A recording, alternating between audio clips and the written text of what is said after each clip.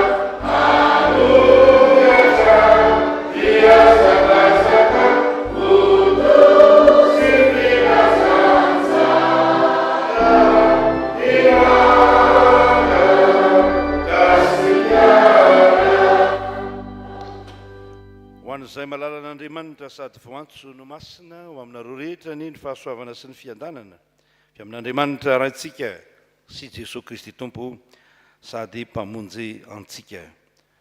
Ity alahady androany ity alahady 27 ny volana Novambra dia alahady natokana tondrana-bavaka ny zokiolona sy ny ray aman-dreny eto amin'ny fiangonana. Alahady ihany koa anaovana katoko ny fandraisana manokana ho an'ny fiainam-piangonana amin'ny 20 amin'ny 2 arivo. Andesika ary avako ideran'Andriamanitra amin'ny alalan'ny salamy 8:100 izay fahitantsika eo amin'ny solaitra ny écran ary ao anatin'izany dia ny 5:40 ka hatramin'ny 120 no iderantsika an'Andriamanitra. Ifanombonantsika zany fandimy zany tsika dikan'izay ny mpitarika no mamaky ny 5:40 dia 5:10 isika rehetra dia tahaka izany hatrany fa ny 120 dia iarahantsika rehetra mamaky. Andetsika iara-mideran'ny Tompo amin'ny alalan'izany salamo 8:100 5:40 ka hatramin'ny 120 zany manao hoe Jehovah no heliko sy fiderako fa efa famonjena izy.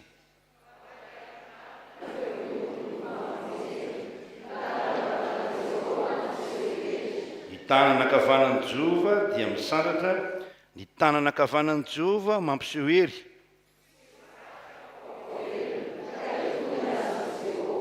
No fahaizan'i Jehovah mafy nefa tsy natolony eo amin'ny fahafatesana.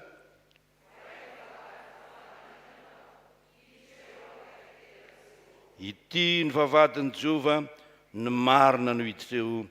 Ideranao fa efa namaly ahy ianao ka efa famonjena ahy. Amen.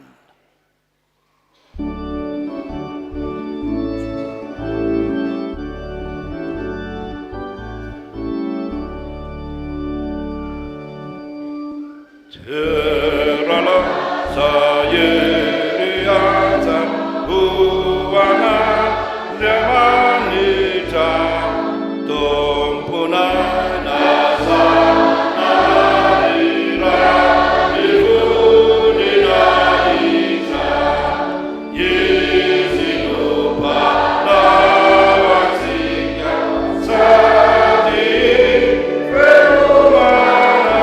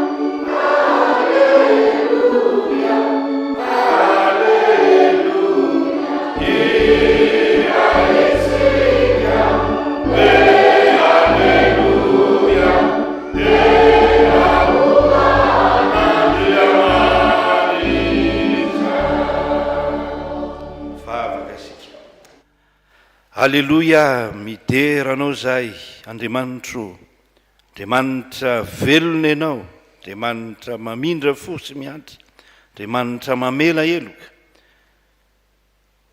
Misaotranao zahay no ny amin'ity alahady tsara ity, andro tsara ivavahanay. Misaotranao zahay fa ny famindram-pon'i Jehovah no tsy nahalanydritra anay ho ny teninao. Dia misaotranao zahay fa be ny zavatra manahirana anay, mahakivy anay indraindray, mampitanondrika anay, fa indro ianao Andriamanitra mampitraka anay. Ary na dia lavo azy zahay dia areninao zahay, satria izany no maha-Andriamanitra fitiavana anao. Misaotra Tompo fa tsapanay, ny ainanay zany fitiavanao zany, ny ainan'ny fiangonana zany. Nreto zahay tonga eto anatrehanao zahay rehetra, mitondra ny fonay, ka ny fonay dia mety ho fovato fa soloy fonofo zany Tompo. Dia manatrehanay ary amin'ity androany ity no ampahirezanao anay indray hiatrika ny fiainana miaraka aminao Andriamanitra, hatramin'ny antitra sy ny fotsivolony ny zokiolona sy ray aman-dreny, ka hatramin'ny zaza andohanono dia aoka eo ambanin'ny fahasoavanao no iainany, ivelomany, ka tsokivy izy, tsy atahotra izy, ary tanany fahamarinan'ny finoanan'i Jesosy Kristy mandrakariva. Amin'ny anaran'i Jesosy, Tomponay, tompon'ny fiangonana, lohan'ny fiangonana, tompon'ny finoanay sady mpanefa azy, no anaovanay izany vavaka izany. Amen. Azo toerana tompoka. Sokafana moa varavarana dia tsara mba sokafana kely varavarana fa betsaka tsika ao anaty fiangonana dia somary mafana le izy.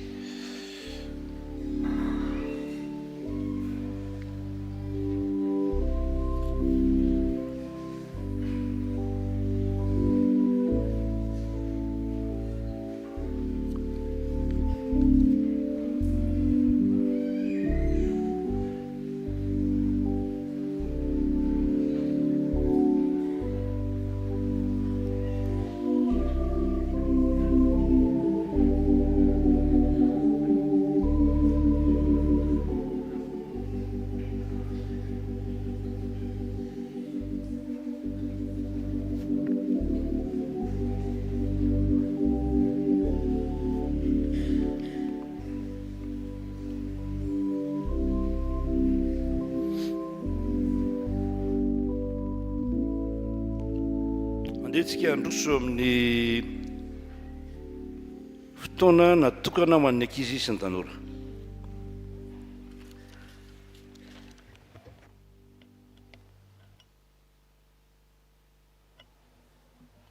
Ny sampana sekolehilahy dia faly miarabantsika fiangonana natratra ity alahady maraina ity indray. Amin'izao fotoana natokana ho an'ny ankizy sy ny tanora izao dia andeha hitsangana antsika ankizy, tanora ary ny sampana sekolehilahy rehetra.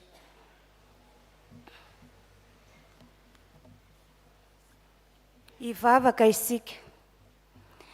Jesosy zoky anay ô, misaotra sy mankasitraka anao indrindra izahay, fa ny famindram-ponao tokoa no tsy nahalanydritra anay. Tonga eto an-tranonao izahay, misaotra anao izahay ny amin'ity fotoana manokana, ampianaranao ny ankizy sy ny tanora ary ny sampana sekolehilahy ity indray. Ankehitriny Jesosy dia mangataka ny fanahy masina izahay hiasa manan-kery amin'reto zandrikelinao reto. Tompo omany ary ny fo sy ny saina ary ny fanahinay mba handraisanay ny fifaliana sy ny fiadanana avy amin'ny teninao indray, izay tianao ampitaina aminay amin'ity anio ity. Amin'ny anaran'i Jesosy zoky anay, nanonanay sy anaovanay izany vavaka izany. Misaotra Jesosy. Amen. Aoka hipetraka isika. Sakafo ny baibolintsika ao amin'ny epistily ho an'ny Filipianina. Filipianina toko 4 dia ny 4.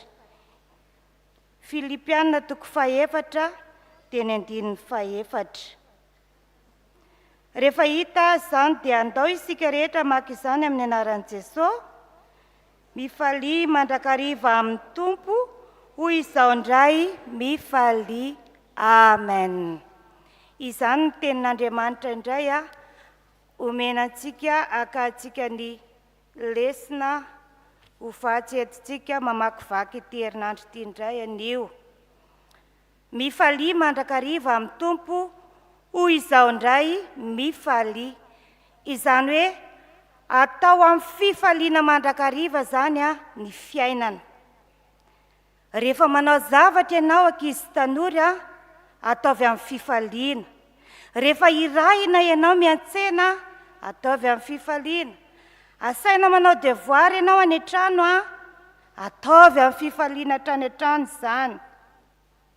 Ary indrindrandrindra moa rehefa andeha hianatra ataovy amin'ny fifaliana fa hanananao fiadanana izany fifaliana izany. Matetika manko isika ankizy sy ny tanora amin'izao fiainana izao, amin'izao vaninandro ianantsika izao, rehefa irana dia ny fimonomononana ny tonga aloha fa tsy mba manana fifaliana amin'izay zavatra ampanaovina. Amin'ity anio ity dia ampianarina isika izany ataovy amin'ny fifaliana avokoa ny zavatra rehetra. Andeha ary isika akalesina kely amin'ity tantara kely ity indray anio. Mitondra lohateny hoe eo foany Kristy. I raloiraka izy dia olona tsara fifandraisana tamin'i Jesosy Kristy. Izany hoe manana fifaliana mandrakariva izy zany satria ao aminy Jesosy Kristy. Isan'andro izy dia tsy maintsy mandeha aty am-piangonana mamangy an'i Jesosy. Rehefa tafiditra ato am-piangonana ny raloiraka izy dia hoy izy hoe Jesosy raloy ihany ity. Amen. Dia lasa izy mivoaka ny fiangonana manao ny asany andavanandro. Toy izay foana ny fanaony raloy amin'ny androm-piainana. Ndray andro nefa araka izy taona vitsivitsy tateo aoriana narary raloy. Rehefa narary raloy io aretina io dia tena aretina sarotra dia sarotra tokoa. Fa na ny mpitsabo aza dia sahirana satria aretin'ny kanser any amin'ny lalan-drà, any amin'ny rano mahazo any raloy.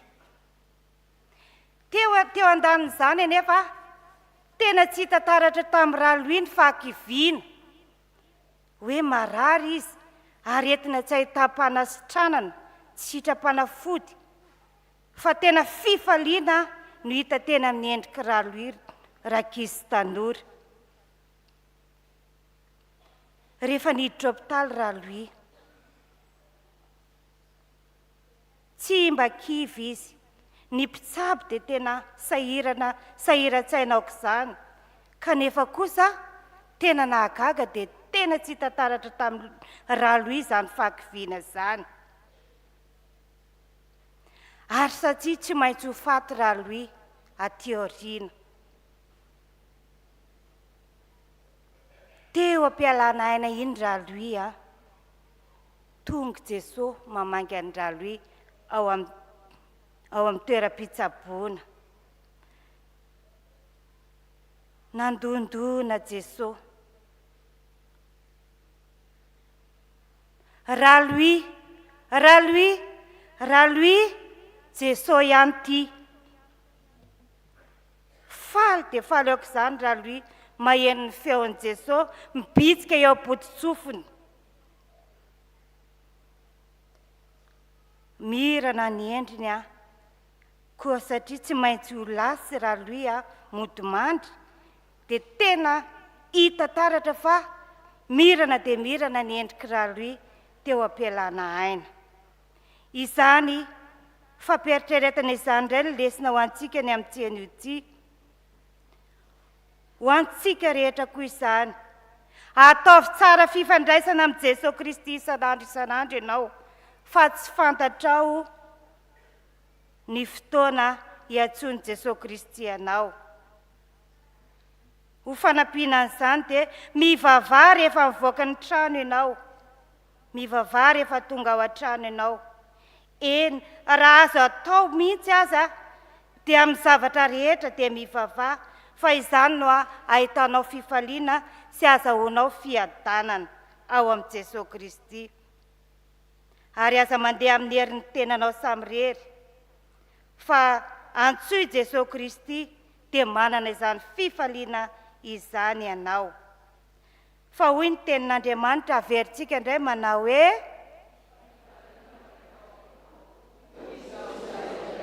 aiza moa misy an'izany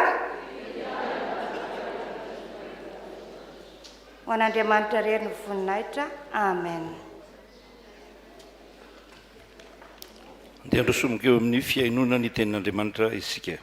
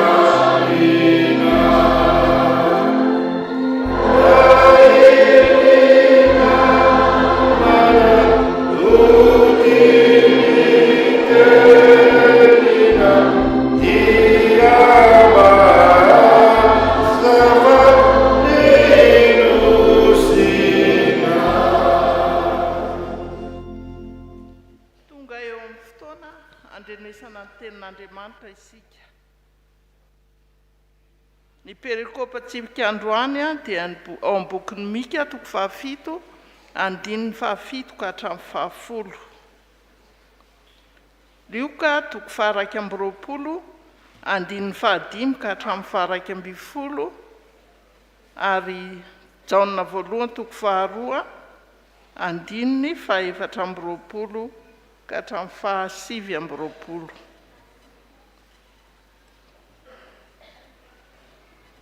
Mialohan'ny amakiana ny teny dia angataka ny fanahy masina isika, hivavaka isika. Andriamanitra rainay amin'ny alalan'i Jesosy Kristy Tomponay, misaotra sy mideranao zahay noho izao fotoana omenao andrenesana ny teninao izao. Andriamanitra velona ny Andriamanitra hivavahanay ka miteny aminay isan'andro. Ankehitriny ary Tompo, mangataka ny fanahinao masina zahay, hiasa mahery aty anatinay, azonay mihaino sy mandre tsara ny teninao, koa tahio izay amaky ny teny mba hamaky izany tsisy diso. Tahio izay hitondra ny havatrao mba tena izay teny avy aminao tokoa no voambara aminay. Ary izay vahoakanao izay miandrandranao dia miasa mahery aty anatinay ka ny teninao any hanova ny fiainanay. Dia amin'ny anaranao Jesosy Kristy Tomponay no angatanay ny vavaka. Amen. Mika 7 andininy 7 ka hatramin'ny 10. Mika 7 andininy 7 ka hatramin'ny 10 amin'ny anaran'i Jesosy. Fa izaho kosa dia nandrandra ny Jehovah, eny hiandry an'Andriamanitry ny famonjena ahy aho. Andriamanitra no hiaino ahy, aza mifaly ahy rehefa havaliko, fa na dia lavo aza mbola hiarina ihany. Raha mitoetra ao amin'ny maizina aho, dia Jehovah ny fahazavana ho ahy. Ny fahadeveran'i Jehovah dia hiaretako hiany. Fa efa nanota taminy aho, ambara-pandahany ny teniko sy amin'ny rariny ho ahy. Hamoakahy ho amin'ny mazava izy, ka ho faly aho mahita ny fahamarinany. Dia hita izany ilay fahavaliko ka ho saronan-kenatra. Dia ilay nanao tamiko hoe, aiza izay Jehovah Andriamanitra aho, ho faly mahita azy ny masoko, ankehitriny dia ho fanitsakitsaka toy ny fotaka eny an-dalambe izy. Amen.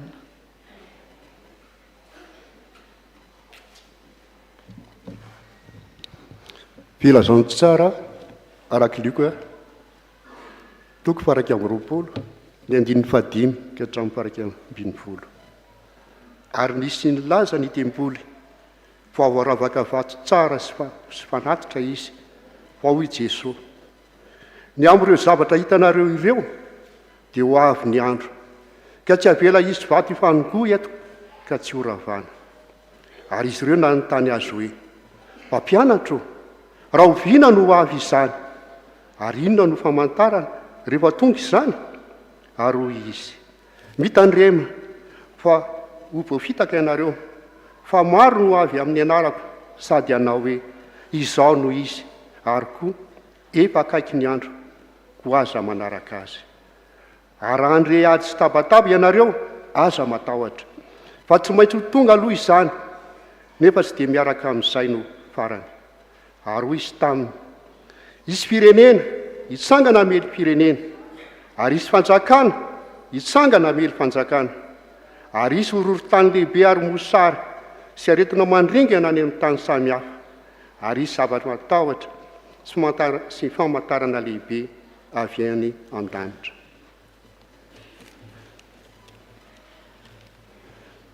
Epistily nosoratan'i Jaona voalohany, epistily voalohany Jaona toko faharoa manomboka ao amin'ny andininy faitra amby roapolo hatramin'ny fahasivy amby roapolo. Ary ny aminareo dia izay efa renareo hatramin'ny voalohany no aoka hitoetra ao anatinareo. Raha mitoetra ao anatinareo izay efa renareo hatramin'ny voalohany dia hitoetra ao amin'ny zanaka sy ny ray kosa ianareo.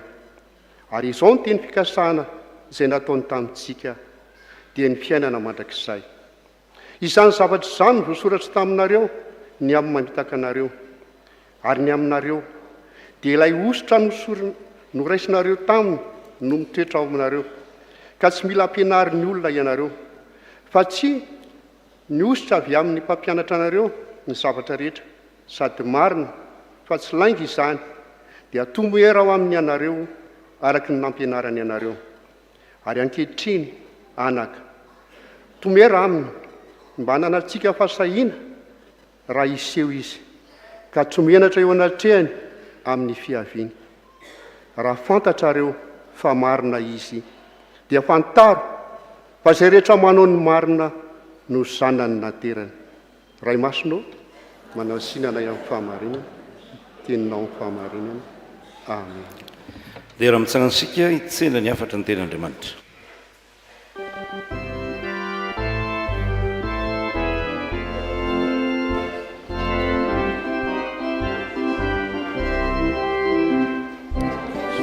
Miasa tano ny finoana azamba matahotra amanaia isa miadiny ny firasatsanaso fa avalona dia angosika tokoa zakivikivy fona fany tompona dia ampahery lalatava ikotsy mamanga izy noadina namadesisa omaheresa fany toko mombana izy noadina namadesisa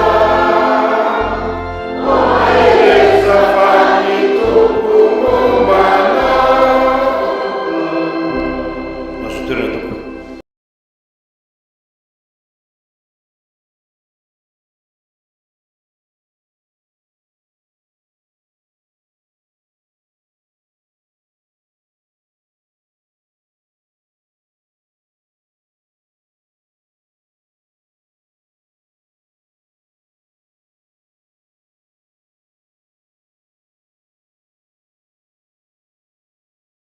Setela ny mpitandrina manao hoe grand homélie zany no hitondrantsika ny raharaha kanefa dia amin'ny fomba tsotra sy mety ho tafitany amintsika rehetra.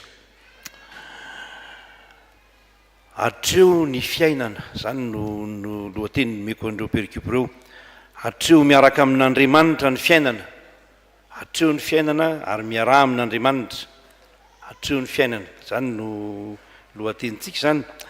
Fa mijery an'ireo pericupy anankitelo ireo ianao dia indrindra fa le roa voalohany, ny Mika 7, 7 ka hatramin'ny 10, ny Lioka 1:20, 15 ka hatramin'ny 1:10, dia zavatra mahatahotra, mahakivy ny ao anatin' zany pericupy zany, zavatra manahirana. Kanefa dia mifona ao anatin'izany ny fampaherezana omen'Andriamanitra antsika, mifona ao anatin'izany zavatra mahatahotra, zavatra mahakivy. Ao amin'ny Mika moa dia miresaka ny amin'ny hoe hitsakitsahan'ny olona na hitsakitsahana tany taka ny fahamiazam-boaloboka, misy ny fahavalo, misy koa ny fahotanana atao sy ny sisa.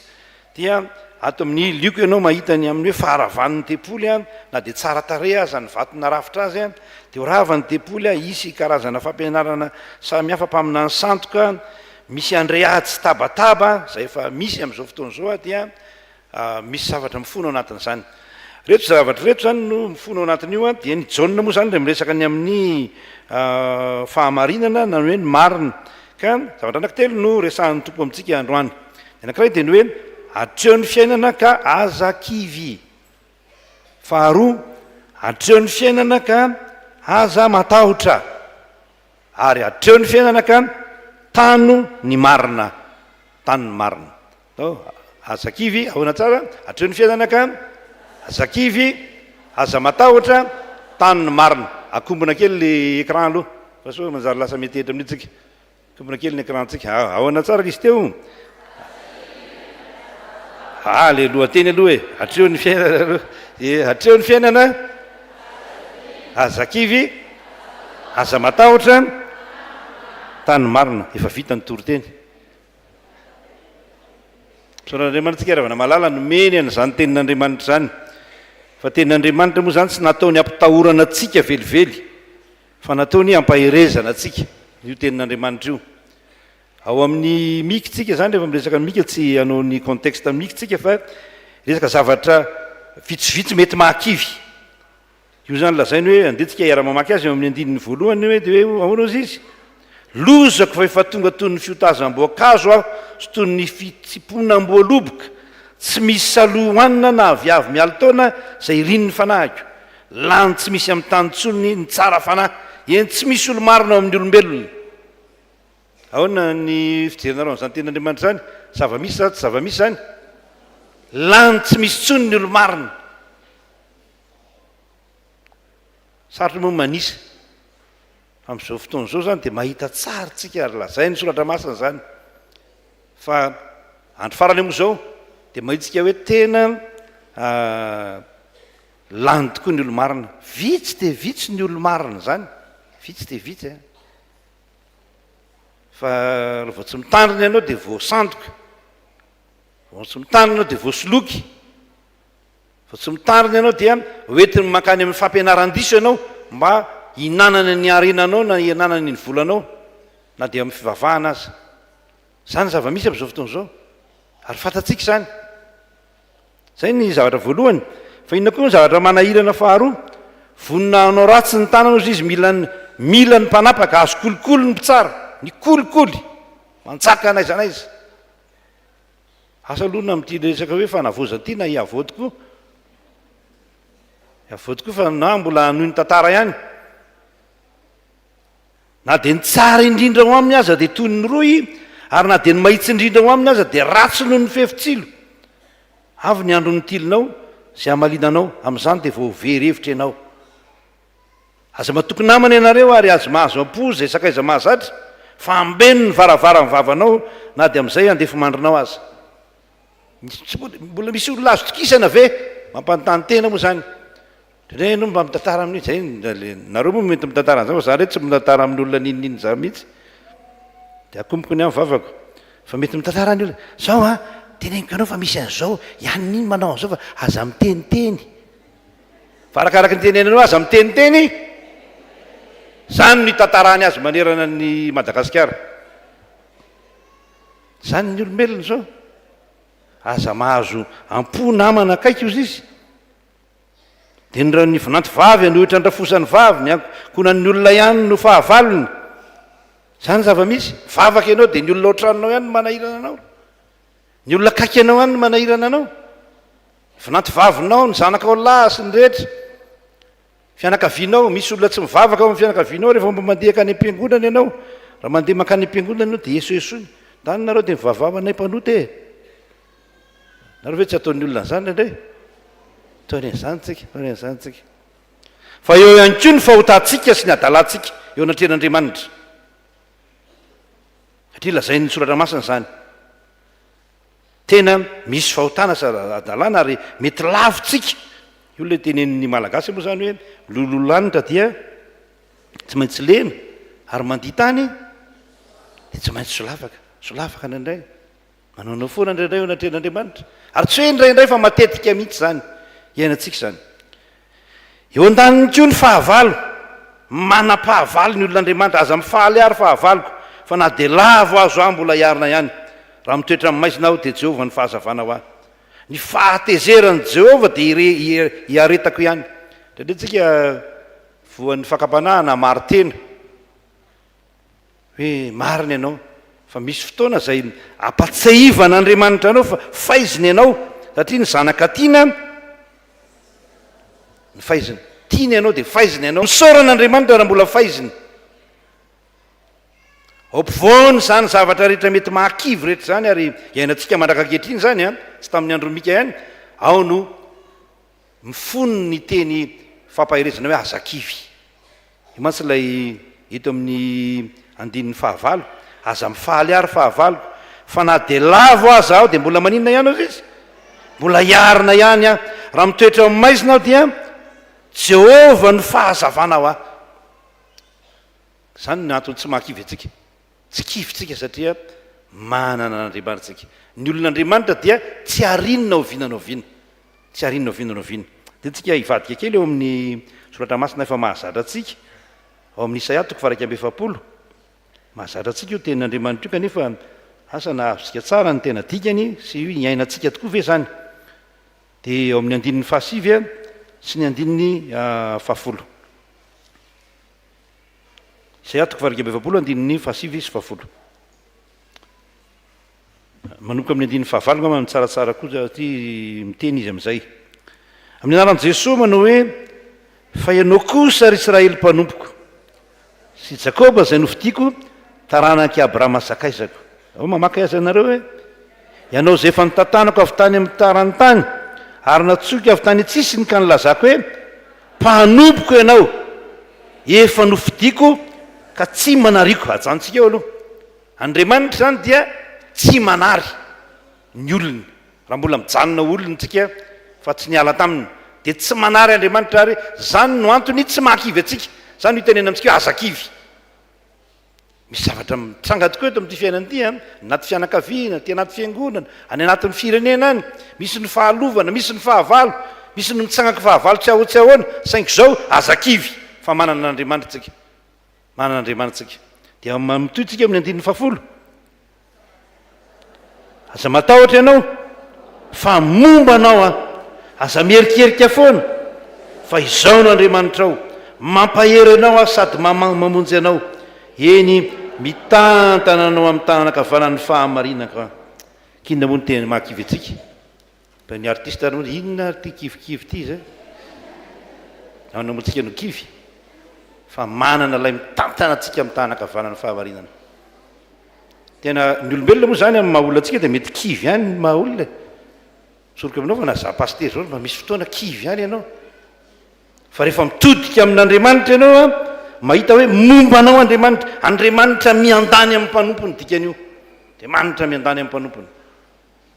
Ka na dia lavo aho za dia mbola iarina ihany. Andriamanitra mitantana, zany hoe mitantana zany ange sahala amin'ny ankizy kely hoentina amin'ny arabe reny. Zao moa mampalahelo fa asa noho ny tsy fisian'ny resaka sivisma intsony a, na fampianarana zany any am-pianarana sy ety amin'ny firenena dia tatana kisy kely ianao ny sasany dia eny amin'ny arabe ny zazakely nalefa fa izy indray na tiany sisin-dalana zany hoe raha maty aho dia matesa raha zanako dia zany le izy zay dia domy tôbila ny sasany moa zany fa Andriamanitra rehefa mitantana anao dikany hoe mitantana anao izy dia mitondra ny fiainanao sady miaro anao Andriamanitra koa aza maninona aza kivy tsy hiteny zany ianao takalela zay soratra hoe kivy aho zany soratra masina misy an'izany sorateny zany mantsy tsy hoe kivy aho zany fa aza kivy satria manana n'Andriamanitra ianao na lavo aza ianao mbola hiarina ianao raha manitra ianao androany mbola omeny ianao rapitso aza matahotra aza kivy zay voalohany faharoa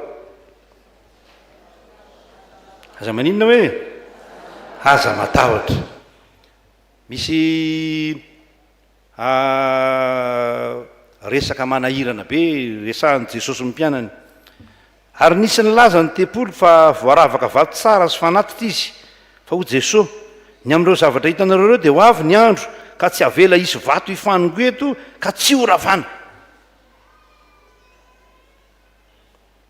dia marina tokoa ary io tanteraka io tenin'i Jesosy io rava tanteraka io tempolo faharoa moa zany io dia zao zany tsika zao ny jiosy miresaka hoe andao tsika hanao troisième temple tempolo fahatelo dia manahirana moa satria misy efa misy an'ilay moské ny Al-Aqsa eo amin'ilay toerana nasiana ny tempolo taloha dia ady be fifanandrinana be satria misy lalàna iraisam-pirenena efa napetraka tao rava io tonga ny Romana tamin'ny taona 720 nitarihan'ny jeneraly antsoina hoe Titosy dia nipotehiny ny tanànany Jerosalema ary nyravany tao koa ny tempoly tena rava ary ty zany dia vaovao mampatahotra ty rovina no avy zany ozy izy mpianatra dia ho ny valiny mitandrema fandrao voafitaka ianareo fa maro no avy amin'ny anarako sady anao hoe izao no izy ary koa efa kaiky ny andro ko aza manaraka azy dia resaka hoe izao no izy io dia be dia be zany zao taloha tsika efa ndresako teto zay taloha tsika tsy nandre olona loatra laza hoe zany Kristy fa zao eto Madagasikara dia misy olona be dia be milaza an'izany ary ireo karazana mpitondra fivavahana autoproclamé tsy misy resaka hoe fialonana andrenina hoe fananandre fa tena autoproclamé tsy nianatra tsy niofana tsy niomana tsy naninona fa dia milaza fotsiny hoe pastera tsy miofana zany fa avy dia lasa pastera ohatra misy antson'Andriamanitra amin'ny mampitandrina zany na mampitondra fivavahana zany dia samy milazalaza ny anarany daholo ny anay ataona hoe episcopos ny anay ataona hoe zao ny anay ataona hoe Cohen ny rehetra dia samy manonona ny anarany eo zany samy manao ny anarany ny ray aman-dreny moa no tokony nametraka ny anarana fa tsy hainao akory dia ao anatin'ireny rehetrarehetra eny zany misy zavatra mamitaka ary hitantsika zany amin'izao fotoana izao maneran-tany zany zao ny firenena dia mieritreritra hoe ahoana no ifehezana ny resaka fivavahana amin'ny lafin'ilany dia misy manahirana ao anatin'izay fa amin'ny lafin'ilany tena misy zavatra tsara ao anatin'izay be dia be ny fivavahana zay manambaka ny olona amin'izao fotoana izao sange mitena anareo fa raha io resaka hoe fahafolo-karena io any amin'ny fiangonana sasany eto amintsika tsy misy contrôle io fa dia jerena mihitsy ny fils de paix ianao hoentina any am'le pastera ny fils de paix ianao zany mikala matrina roa etsy any pastera ny roa alina dimy etsy anazy zany ny firalina anazy ny dimy alina tsy maintsy anazy dia tsy gaga ianao zany raha mahita nyretiko olona sahirana ny olona sahirana dia ianao mangorona ny arenany sy mamotika azy taka izany amin'ny lafin'ny ara-pinoana koa nefa dia tena mampiditra fampianaran-diso samihafa zay ny voalohany fa ny faharoa dia hoe andre ady sy tabataba ianareo aza matahotra fa tsy maintsy ho tonga aloha zany nefa dia tsy miaraka amin'izay ny farany isy firenena hitsangana mely firenena isy fanjakana hitsangana mely fanjakana mba manontany antsika zany zao aiza daholo ny ady eto zao tontolo zao ny eninareo zao any Ukraine zao malaza zany zany any Ukraine malaza ny ady ny Rosianina sy ny Ukrainianina aiza koa misy ady any Venezuela koa misy raha ao anaty zao aty Afrika aty Nigeria aty Ouganda misy an'izany rehetrarehetra zany misy ady filazana ady misy déclaration de guerre zay filazana azy misy an'izany rehetra zany ary na tsy misy ady azy eto Madagasikara moa zany dia hoe zay ny lazan'ny mpandinika ara-toe-karena azy hoe Madagasikara dia anisan'ny firenena tsy nisy ady nefa dia nidina faran'Andriamanitra. Satria ny adiny tokony hiteraka fantrana be. Fa reo olona niady fa izay, niady tamin'ny deuxième guerre mondiale, ny premier guerre mondiale dia tafakatra daholo ary nanankarena. Misy ny fanjanahantany moa dia misy ny manahirana tao anatin'izany rehetra izany. Dia misy tabataba samihafa. Na eto Madagasikara amin'izao fotoana izao dia misy tabataba samihafa. Misy manakandalana dia maninona dia mandoro pneu dia manao an'izao, korotana gauche, korotana droite, izany rehetrarehetra izany saingy ao ampovoan'izany Andriamanitra Jesosy Kristy no miteny hoe aza matahotra. Dia hoe aza matahotra eto izany le resahana eto dia hoe aza miorooro. Aza miorooro. Ary le hoe aza matahotra dia toe-javatra, toe-tsaina mipetraka maharitra ao anatintsika. Hoe aza matahotra. Satria manana anisitsika, manana an Jesosy Kristy tsika. Jesosy Kristy voalohany aloha dia hoe mahalala zavatra, fatany daholo ireo rehetra ireo. Tsy mbola nisy tamin'izany firenena, mbola vitsiny moa ny firenena fantatra tamin'izany. Ny nalaza moa izany dia teo ny firenena maromaro fa ny nalaza dia ny firenena romanina sy ny firenena grika no nalaza tamin'izany fotoana izany. Dia tsy mbola tena hoe nisy karazana ady be fa guerre de conquête moa izany nisy tamin'izay. Tonga ny romanina dia mangorona ny tany rehetra eran'izao tontolo izao dia izy ny nanjaka teo. Tonga indray ny firenena hafa dia manao tak'izay, mifandimbilimby eo ny persiana sy ny mediana ny sisy dia nangorona n'ireny firenena ireny koa ny ady. Fa ity zavatra lazain'i Jesosy ity zany dia zavatra ho avy akaiky sy ho avy rahatrizay. Zany lazany azy eto. Dia rehefa miresaka tsika hoe rahatrizay zany dia hoe 3 arivo taona latsaka kely tsika zao taorianan'i Jesosy Kristy dia nitranga daholo zany zavatra lazain'i Jesosy Kristy zany, kanefa ny afatry ny tompo dia hoe aza matahotra. Aza matahotra. Misy toe-javatra tokoa mety manahirana antsika, mitranga manodidina antsika. Fa aza matahotra. Io teny Jesosy io dia anisany miverimberina ato anatin'ny testamenta taloha raha tsy mihetsika eo amin'ilay Isaia 1:7 tsika. Amin'ny 1:10 dia misy hoe aza matahotra ianao fa momba anao a. Ao amin'ny 1:4 dia misy hoe aza matahotra ianao ry Jakoba kankana, fa ianareo ry Israely olombitsy, izao no hamonjy ianao ho Jehova. Izany hoe tsinotsinona ianao, tsy dia makaiza ianao kanefa aza matahotra ianao fa miaraka aminareo a. Ny fiarahan'Andriamanitra amintsika no antoka manala ny tahotra rehetra ao anatintsika. Ary tenin'i Jesosy zany eo amin'ny Matthieu 7:20 ianao dia mahita an'ilay teny hoe indro zao momba aza matahotra, fa indro zao momba anareo mandrakariva ambara-pahatonga amin'ny fahataperan'izao tontolo izao. Be dia be zavatra mety matahotra ary io mampiakatra tension ny ankamaroan'ny olona. Matahotra. Mizatra matahotra. Voakany ny zanakao dia matahotra ianao fa so misy an'izao. Mivoakany izao dia misy an'izao. Mivoaka ny vadinao mandeha miasa dia mety matahotra ianao rehefa tsy tonga amin'ny lera fahatongavana izy dia matahotra ianao. Misy zavatra mitranga eo amin'ny fiainanao, fahasairana samihafa dia matahotra ianao fa sao tsy ho tanteraka izany. Misy fikasana dia matahotra ianao sao tsy ho tanteraka ireny fikasana ataonao ireny. Fa Jesosy dia milaza amintsika hoe aza matahotra. Fa na dia mety tsy maintsy ho tonga azy zany zavatra rehetra izany, tsy mbola tonga akory ny farany. Tsy io zany ny faran'izao tontolo izao. C'est pas la fin du monde izy ny fitenin'ny vazaha. Fa misy zavatra mitranga eo amin'ny fiainanao, aza matahotra fa mbola eo Andriamanitra. Aza matahotra fa momba anao Jesosy. Aza matahotra fa tsy resaka fotsiny akory ny fomba an'Andriamanitra fa tena miatra eo amin'ny fiainanao zany. Ary tsy hoe expérience fotsiny zany fa tena i Jesosy zay Andriamanitra marina dia tsy mandangy aminao. Andriamanitra moa izy ny soratra masina dia tsy mahay mandangy. Ko aza manana tahotra tompoko, aza matahotra fa eo ampelantanan'Andriamanitra ny fiainantsika. Na dia misy orotany sy mosary azy na arety mandringana aza tamin'ireny Covid ireny moa dia narety mandringana dia nitenenintsika teto amin'ity fiangonana ity aza matahotra. Ny tahotra koa mantsy amin'ny lafiny médical dia miteraka zavatra hafa.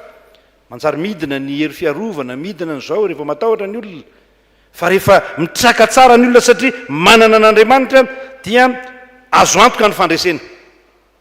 Ka na dia misy azy zany rehetra zany, hita masika moa zany, misy zao ny hoe faharavana, misy ny mpampianatra sandoka, misy ny firenena mitsangana mamely firenena, ny fanjakana mitsangana mamely fanjakana misy karazana tahotra ny mpangalatra ny mpanendaka ny sy ny rehetra misy zavatra manahirana be deabe fa sainga afatr' zay sao de hoe aza matahotra zay ny faharoa zany zay ary ny fahatelo tany marina zay le marina zay de misy tenin' Jesosy moa zany rehefa mamaky an'io jauna voalohany toko faharoa ianao a ny tenin' Jesosy efa fantatsika tsara de hoe izao izy no lalana fahamarinana ary fiainana fa ato anatin'ity moa zany dia misy teny mahafinaritra zay lazain'ny soratra masina ary eo aminareo zay faharenareo hatramin'ny voalohany naoko hitoetra ao anatinareo raha mitoetra ao anatinareo zay faharenareo hatramin'ny voalohany dia toetra ao amin'ny zanaka sy ny raikosa ianareo ary zao ny teny fikasana zay nataony tamintsika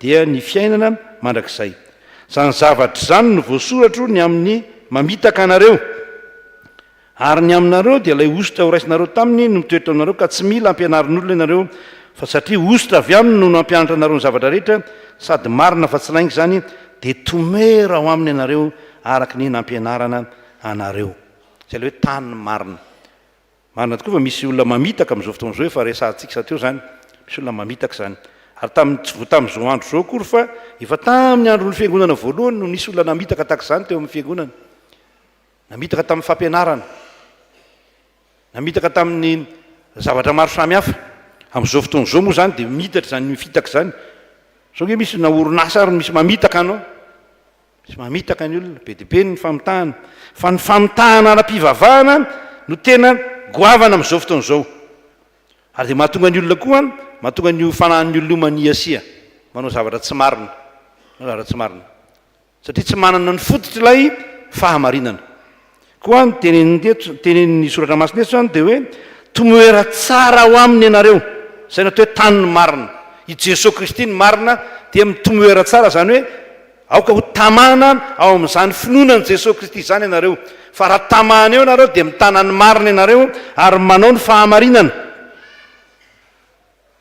kehitriny ao anaka tomoera tsara ho aminy mba hananantsika fahasahina raha iseho izy ka tsy homenatra eo anatreny amin'ny fiaviana isika voalohany zany dia ara-pivavahana le tany marina dia hoe ara-pivavahana tany marina ny finoana ny Jesosy Kristy fa raha tonga ny fitsarana zay manana azy no manana fiainana mandrakizay fa zay tsy mino azy dia efa voaelo karaha teo zay ara-pivavahana fa ny tany marina dia Jesosy Kristy raha fantarareo fa marina izy dia fantaro zay rehetra manao ny marina no zanany naterana ny hoe tany marina zany dia hoe miseho tena zanak'Andriamanitra miseho tena zanany ary raha zanany sika dia ataoviny marina zay ngery izy e raha zanantsika dia ataoviny marina raha tena kristianina marina tsika fa tsy hoe io fiafianana fotsiny ifianana fotsiny maha-kristianina fa ny atao ihany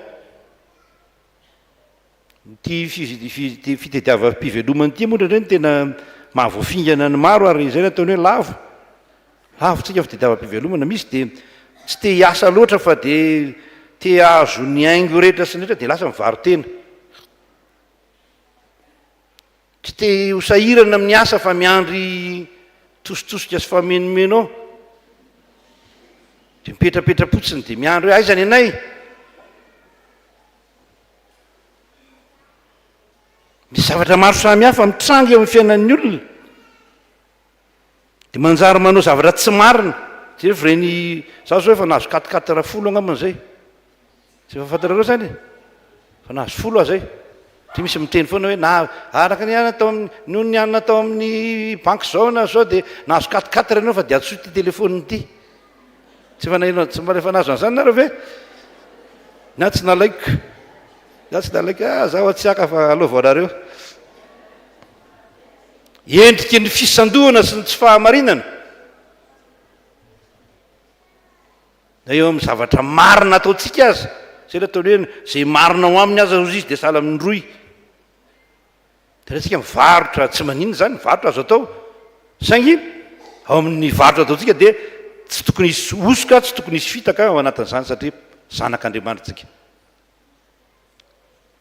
dia inona zany ny afatra ny tompo hoe tano ny marina tany ny marina fa mahavonjy ny marina satria Jesosy Kristy no atao hoe marina tany ny marina fa zanak'Andriamanitra tsika ataovy ampahamarinana zay ataontsika na inona na dia naraimbilanja fa irevety aza dia anaovy ny fahamarinana taovy ampahamarinana aza maka zavatra tsy anao aza miazona zay tsy anao aza mitsiritra zay tsy anao fa tany no marina dia antsika rehefa malala iverina amin'ny afatra anankitelo a miatrika ny fiainana miaraka amin'Andriamanitra ka dia aza kivy aza atahotra tany no marina dia mahireza rehefa malala ary samy anatanteraka izany amin'ny anaran'i Jesosy Kristy tsika rehetra ka dia aza kivy aza matahotra tany tsara ny fahamarinana fa zanak'Andriamanitsika amen.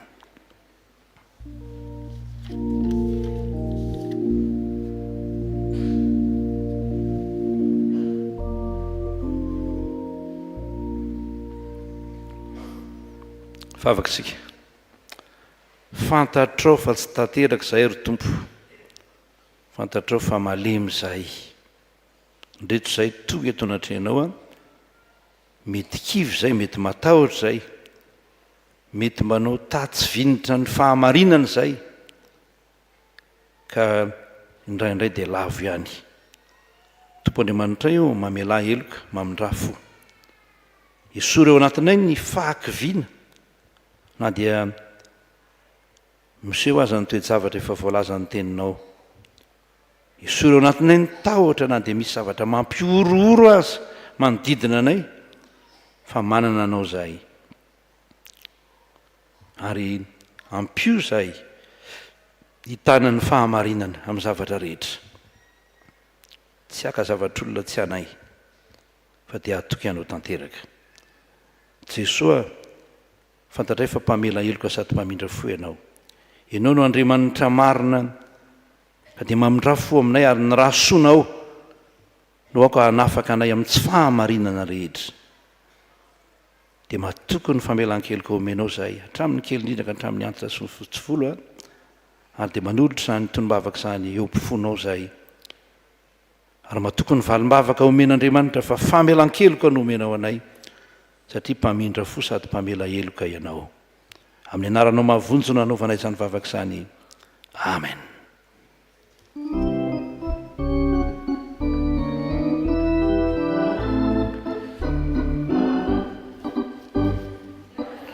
Anjady pahory marobe amin'ny zao fiainana izao tsy misy azavana fatao matsiny no mandrakotra ny fiainana na mitaboky misy abo ifo reo fiainana maro ty misy fiainana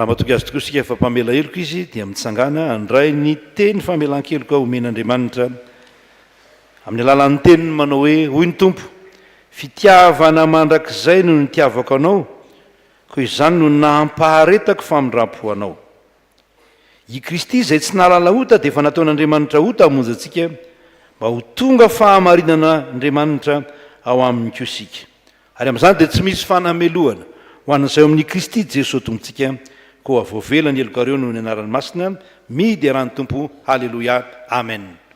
Sambatra ny olona izay voavela ny elony sy voasarona ny fahotana sambatra ny olona izay tsy isain'ny Jehovah heloka ary tsy misy fitaka ny fanahany amen.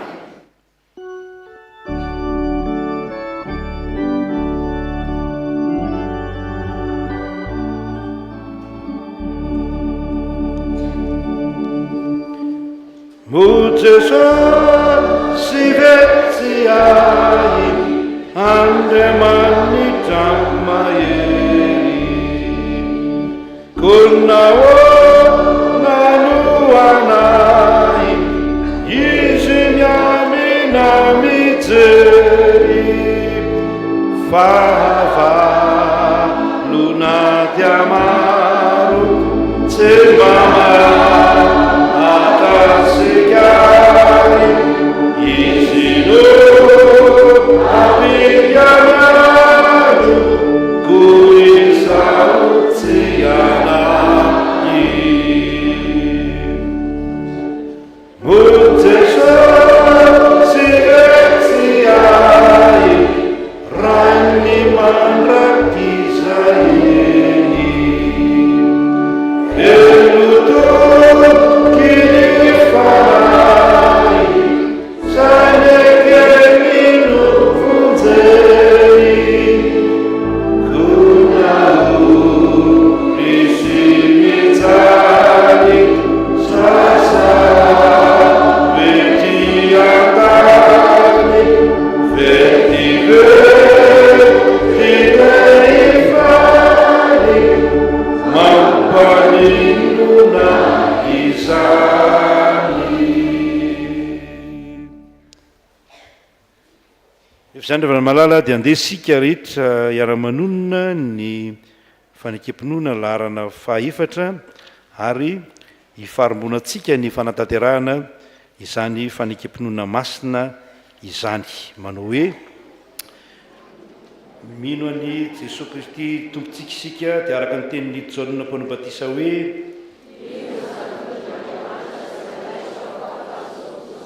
ary araka ny teniny nataony Andre hoe efa nahitany Mesia zay sy araka ny teny natao Natanaela hoe raby eo ianao ny zanak'Andriamanitra ianao ny mpanjakany Israely sy araka ny teny nataony Samaritana hoe ny tenanay no nandray ka fantatray fa izy tokoa ny mpamonjy zao tontolo zao sy araka ny teny nataony Petera hoe ianao ny Kristy zanak'Andriamanitra velona ianao ny manana fiainana mandrakizay ary araka ny teny nataony Tomasy hoe tompoko sy Andriamanitro amen. Mahazo toerana isika ny atokopirana anankiray dia mihira avy hatrany.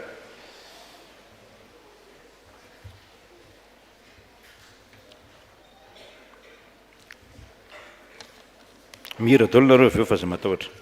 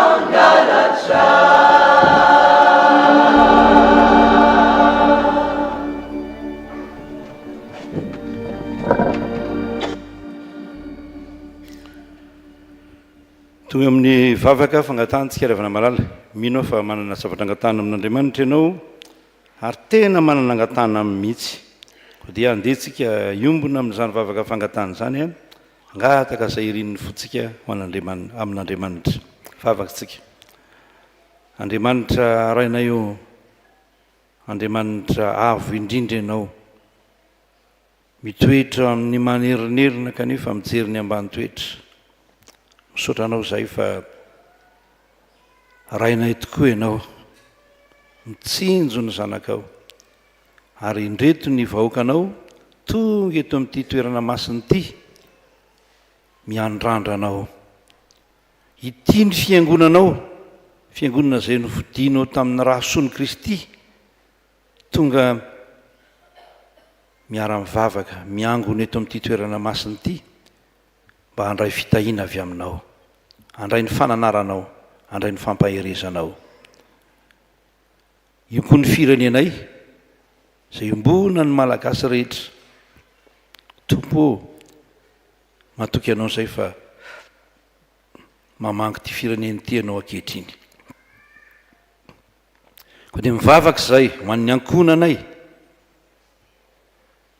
ny zanaka, ny zafikely, ny vady ao an-trano, ny mpanampy, izay rehetra mety ho ankonanay miditra sy mivoaka ao amin'ny tokantranonay, entina eo anatrehanao reny. Vangio reny Tompo ka ataovy mahatsapa ny fitiavanao Andriamanitra izay miasa eo amin'ny fiainany, dia hanova ny fiainan'ny ankonanay zany. Toy izany koa tahio ny asa fivelomana izay ataonay rehetra, ataon'ny ankonana tsirairay avy ambino amin'ny fanambinanao, fa raha tsy ambininao reny dia tsy mahefa na inona na inona izay. Noho ny amin'i Jesosy Kristy zanakao dia ambino ny asan'ny tananay, eny ambino izy mba hanana ny ampy izay. Tompo malalanay eo. Omeo anay ny hanina sahazy isan'andro, omeo anay izay ilainy isan'andro, ary porofo indray maka indray fa zanakao izay, zanakao sy asan'ny tananao ka dia adidinao ny fiainanay. Tompo anokana fotoana minitra vitsy dia vitsy izay ivavahanay mangina ho an'ny ankonanay, hanonanay ny anaran'izy ireny tsirairay avy arak'izay ilainy avy, dia mihaino ny vavakay Tompo.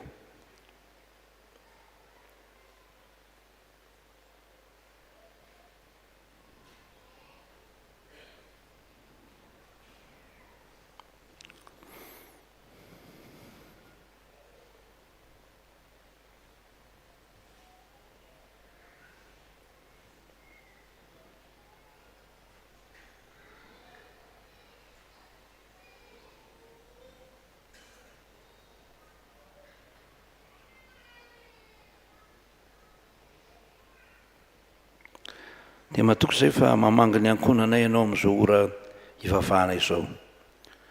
Dia mivavaka ihany koa izay ho an'ity fiangonana izay efa novidinao tamin'ny ranao soa indrindra ity. Betsaka ny asa miandry, be ny ady atrehina, tahio ny tompona andraikitra rehetra mba tsy ho kivy, mba tsy tanondrika, mba tsy ho reraka, fa hatoky ianao tanteraka. Tahio ny tompona andraikitra rehetra handeha tsara amin'ny fahamarinana ao am-po, satria izany no sitraka ao Andriamanitra. Tsy amin'ny vola ihany no andehanana amin'ny fahamarinana, fa ny ao am-pona koa dia aoka hanana an'i Jesosy Kristy ny olona rehetra, ka hiazona tsara izany fahamarinana izany. Da io ty fiangonana ity amin'ny asa ataony rehetra, kely sy bitika izay raha oharina amin'ny asa izay ataonay. Tompo, sy ampanaovinao anay, kanefa matoky izay fa lehibe ny Andriamanitray, ka dia ampitombo finoana izay hahatakatra tsara n'izany.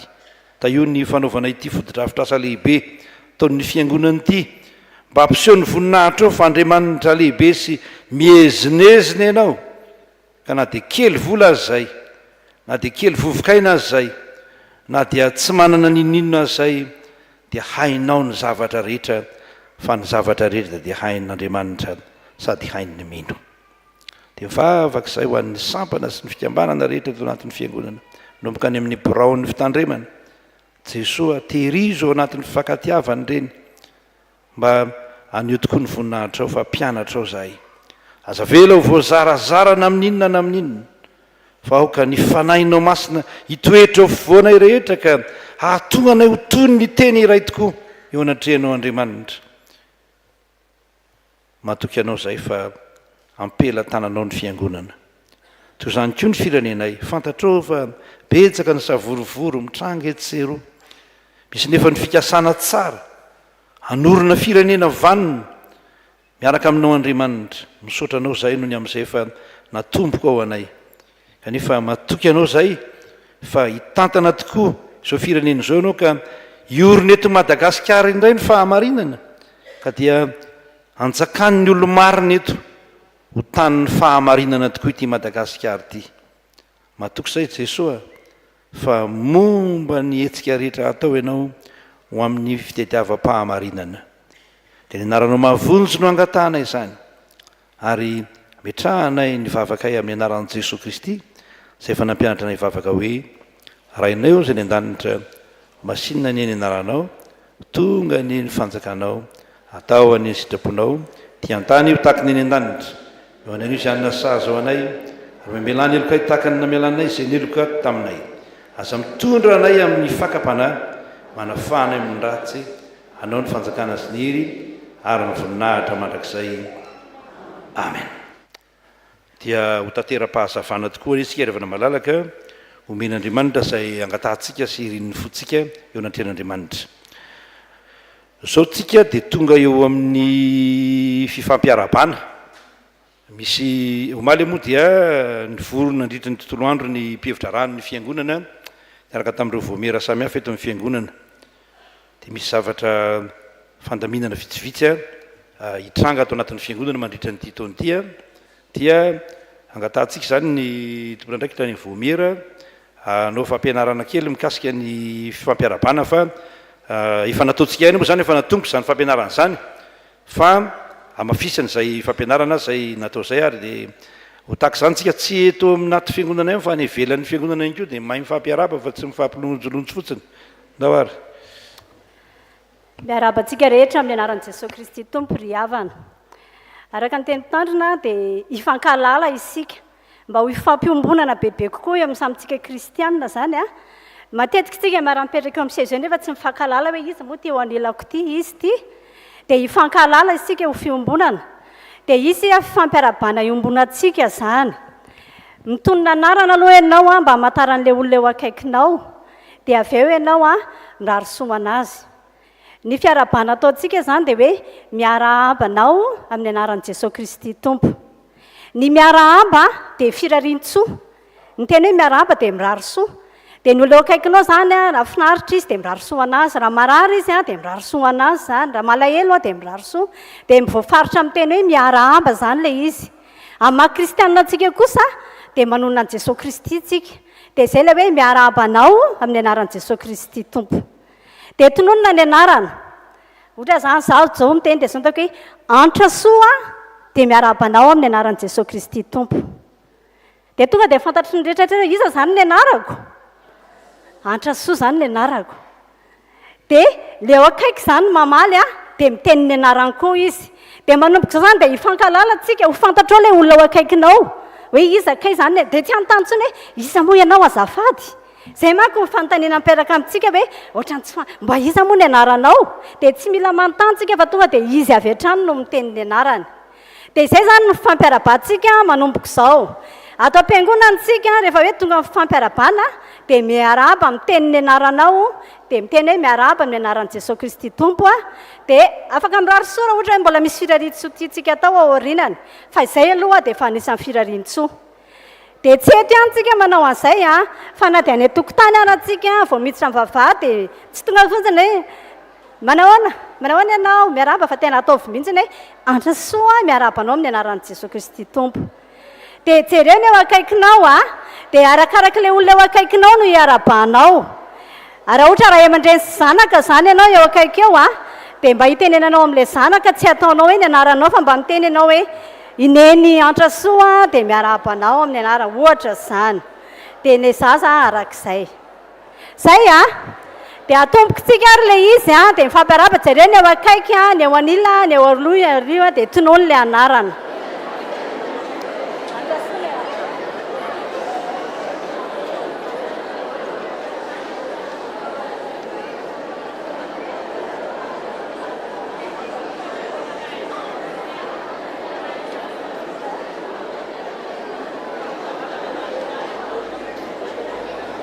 zay dia milarotsondrindra atsika rehetra zay zany fiarabantsika manomboka zao ya ny toyany kely ampianariny fotsiny dia zao a any amin'ny monde professionnel efa monde professionnel andresahana ho anareo mpiasa rehetra mo mahalala zany nareo a dia manonona foana ianao ny mangina kely aloha ry zanaka zay ve dia mbola tsy vita ihany fa sendra kosa mba misy déclaration d'amour zany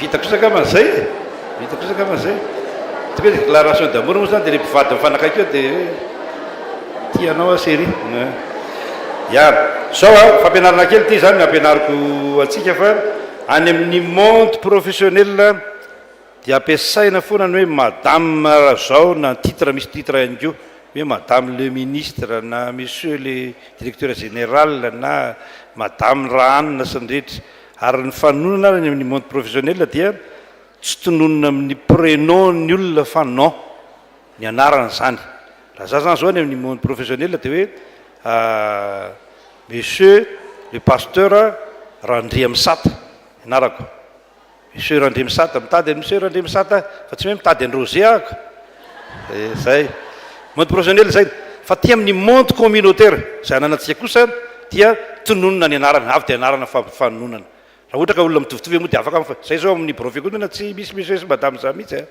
fa dia fanonona anara zay ahoana Bruno ahoana Jean ahoana pasteur za moa le manahirana kely za lasa pasteur moa dia tsy maintsy zay dia ahoana pasteur salama tompoko tainy Jesosy sy ny rehetra mifanaja ny fifanajana dia eo foana aty amin'ny monde communautaire takatsika zany a ny fifanajana dia indraindray ny mahazoko hoe zoko ranona na dadato ranona na itonton ranona na itaty ranona zay ny fifanajana fa tsy mifanalavitra be ahoana raha mananarosoa iantra soa teo raha mananarosoa naran'iny dia ahoana mananirosoa ka tsy zany le izy fa aty amin'ny monde communautaire zany raha kizy mitovy a raha olona mitovitovy dia fampiantso anarana fotsiny dia tapitra hoe ianina miarabanao amin'ny anaran'i Jesosy Kristy a dia mahereza sy mahatanjaha ohatra azo tohizana lavabe fa tsisy olana mihitsy dia ny eny tokotany koa zany tsika dia takizay dia misy fifandraisana ampotsika ary zay fifandraisana ampo amin'ny samy kristiana zay dia tena volamena ho atsika zay satria ao amin'izany fifandraisana ampo amin'ny samy kristiana zany no mitoetra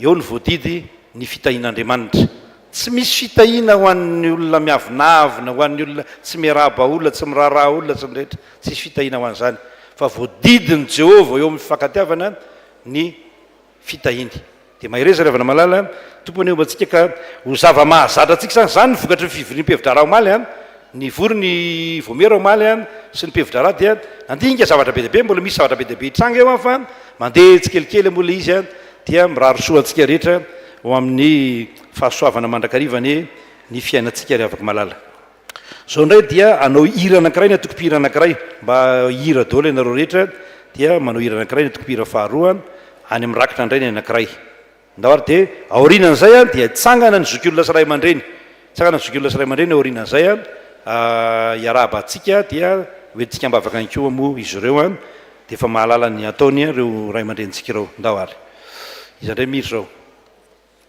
tanketsy ndao ary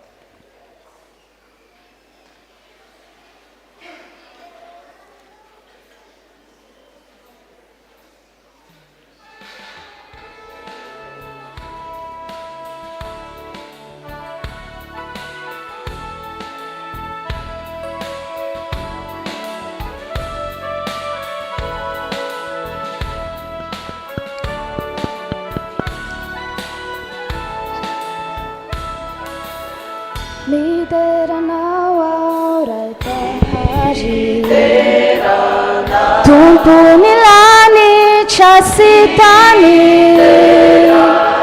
Matehibe anao manandra-tananao misaotra anao riraiko tampaendrena sy miery no namorona nao ireny nanita masona tsy hita tenoarinao sy vita maneo ny sitrapona zay rehetra taonao tsy hay toaina anao ny fahefana eny anao amoko mideranao ao fa tsara ny asanao ny tompo tsara indrindra mideranao ao fitory ilay fity mitoetra mandraky izay tory mandaly any anefa ny zava-drehetra ny fanjakanako sy toetra no matoky rehetra lideranao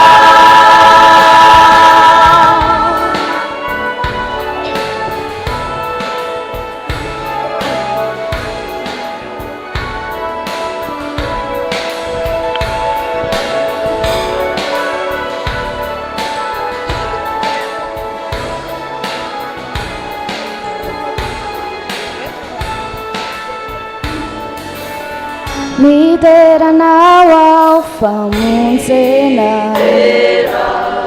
antsitrapo fa tsy terena fa tsovako soka ao antsakolay nanoloranao ainy mba navotanay mideranao ao fatokina itondra ny azo fijalina fa io no lalam-pazavana mitondra fiovana ho any fanay sy koko tsy misy lalana ialana leo etrampahotana soiany teo ianao mideranao ao fa tsara ny asanao ny tompo tsara indrindra mideranao ao itory ilay fity mitoetra mandraky izay tory mandaly any anefa ny zava-drehetra fanjakanako sy toetra azava tsisy fetra mivoninahitra mideranao ao fa tsara ny asanao ny tompo tsara indrindra mideranao ao hitory ilay fity mitoetra mandraky izay tory mandaly any anefa ny zava-drehetra ny fanjakanako sy toetra azava tsisy fetra mivoninahitra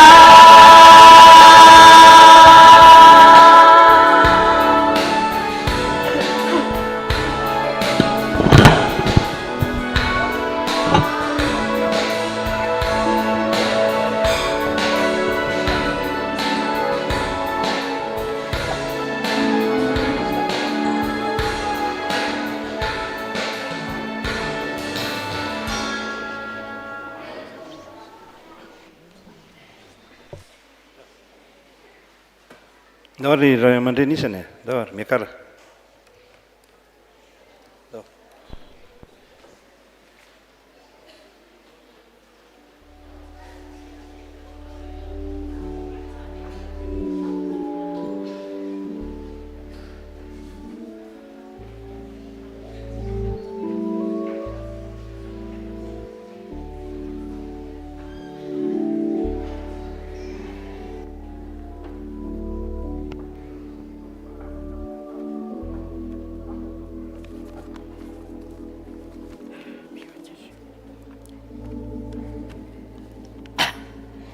iava malala ao amin'ny tompo hoy ny soratra masina mandehana raha mbola manana amin'ny mazava ianareo izany teny faneva amin'ny fikambanana zokiolona ray aman-dreny izay entinay manokatra ny anjara fitenenana ho fiarabana antsika rehetra ampitomboina ho antsika ny fahasoavana fiadanana avy amin'Andriamanitra ray zanaka fanahy masina faly miaraba antsika rehetra zokiolona ary mametraka amin'ny fisaorana an'Andriamanitra amin'ny fitantanany ny fikambanana efa mahery ny 15 taona no ny fikambanana zokiolona ray aman-dreny teto Salema vaovao voalohany dia ny fisaorana an'Andriamanitra tamin'ny fitantanany fiainan'ny fikambanana zokiolona ray aman-dreny ary mbola nanomezany ty andro anio ty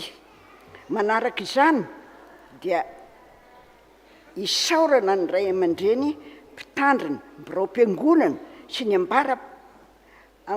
ambara tonga mpitondrana rehetra eto amin'ny fitandremana fikambanana zokiolona ray aman-dreny dia sehatra natokana eto amin'ny fiangonana hifampitezana ary natokana indrindra ho an'ireo sokajin'olona 19 taona mihoatra ho an'izay mbola afaka manolo tena an'Andriamanitra amin'izao taona sisa mbola omen'Andriamanitra hanomanana ampanahy ny fitsenana ny fivian'ny tompo koa eto dia manao fanentanana izahay ho an'ny ray aman-dreny anatevin-daharana mba ho isan'ny mpikambana fa ao ny ifampaherezana ifandraisantsika ny fitezana hiorenantsika marina araka ny soratra masina ka hoy ny tenin'ny tompo mandehana ianareo dia ataovy mpianatra ny firenena rehetra fikambanana zokiolona mpikambana efa tsy afaka mamonjy intsony ny fivoriana noho ny ara-pahasalamana dia hanatanteraka ny adidy famangina manokana any atokantrano izahay manao fotoam-pivoriana ara-potoana indray mandeha isam-bolana izahay ny asabotsy amin'ny 3 ora eo amin'ny akany Salema izay lazaina herinandro mialoha eto amin'ny fiangonana dia ao anatin'ny tety andro ny fiangonana izany manaraka izany toy ny sampana fikambanana rehetra misy eto amin'ny fiangonana dia manana fitsipina fitondrana anatiny ary mandray anjara didy amin'ny fiangonana sy ny fikambanana zokiolona rehetra ny adidin'ny fiangonana adidy ny fanorenana adidy eo amin'ny AFF alahady mpitandrina fanampiana ny fianakaviana sahirana vatomamy krismasy sy ny sisa eto dia manararoatra manolotra ny adidin'ny fiangonana sy ny fanorenana izahay ho fankasitrahana ny fiarah-miasa amin'ny mpitandrina sy ny birao-piangonana fikambanana mpitoroteny sy katekista manao fitezam-panahy eo aminay dia izay zany raha fitinina ny fankasitrahana zany raha fitinina mikasika ny fikambanana zokiolona ray aman-dreny ho famaranana ary dia mirary antsika rehetra samy anao ny asa fampandrosoana eto amin'ny fiangonana dia samy ho tratra ny krismasy 2024 sy taom-baovao 2024 dia ho an'Andriamanitra rery ny voninahitra ary fiadanana ho antsika rehetra sotra indrindra tompoko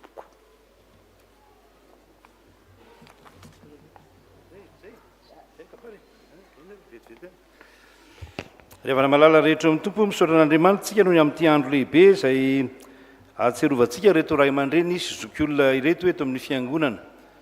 Misy moa zany fiteny manao hoe mianarany mivitsika rylay aona zay le zay nysoratra masina zay mianarany mivitsika eo izy rylay malaina fa zany re zany miteny hoe mianara mizoky olona rylay malaina dia zava-dehibe nataonyity fikamana zoky olona ty tsy za moa tsy de tena iny moa zany hoe mana loatra am'le resaka hoe sifra kanefany na izany aza dia lazaiko any zany zay izy zany zao zoky olona no manao be indrindra misampana sy ny fikambanana rehetra eto fiangonana io nataony zoky olona androany dia 2 millions d'ariary dia mba tsy mahazo teka ve zany dia tsy le abetsaka le hoe vola koa fa ny herim-po zay ao amin'ireo ray aman-drenitsika ireo rehefa manontany an'izy ireo moa zany dia hoe te hamela fianarana ho antsika izy amin'ny fitiavana n'Andriamanitra sy ny fitiavana ny fiangonana dia misaotra nareo ray aman-dreny isany tena misaotra nareo zay tsy nohony amin'ny hoe vola betsaka nomenareo kory fa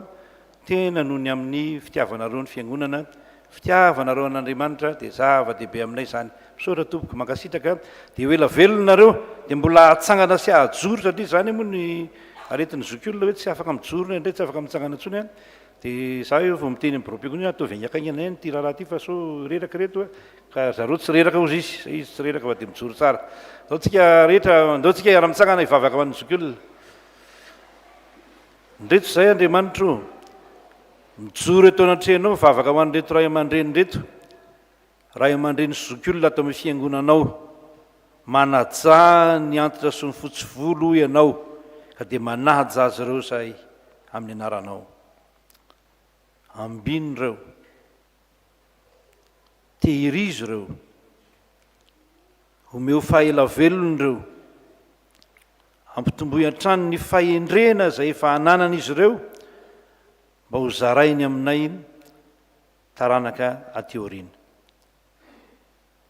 misaotra nono ny fianaranao nomeny izy ireo ny amin'ny fitiavana n'Andriamanitra sy ny fiangonana tsy misy fepetra zany fa tena tianao izy ireo ary tia ny fiangonanao dia valiosoa ny mpanomponao no ny amin'izany fitiavana ianao zany tompo fa Andriamanitra mpamaly soa zay mazoto mitady anao ianao dia mirary ny soa azy ireo zay amin'ny anaranao ka ho zay rehetra tononomolony sy irin'ny fony dia ho tanteraka eo anatrehanao zany amin'ny anaranao Jesosy Kristy tompoko no angatana eo an'ny zanaka manjafiny ny ankohonany mba ahita fity ao masonao amin'ny fananana itony ray aman-dreny itony ka hanaja azy fatratra na inona mety toetra n'ireny ray aman-dreny reny dia matoko manana anao zay amin'ny anaran'i Jesosy Kristy nanaovanay izany vavaka izany amen. Mazotoerana fiangonana dia miaraba nareo ray aman-dreny zoky olona dia mirary ny soa nareo dia mbola ela velona hatrany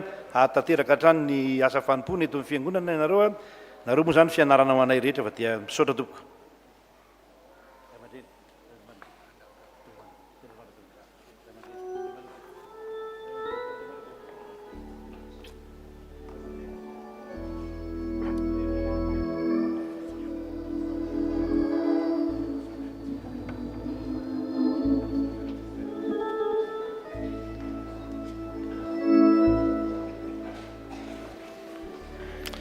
Tonga amin'ny raharahan'ny fiangonana vetrantsika orinan'ny fampiarabany eo dia lazaina amintsika ny raharahan'ny mpiangonana fitinina amintsika zany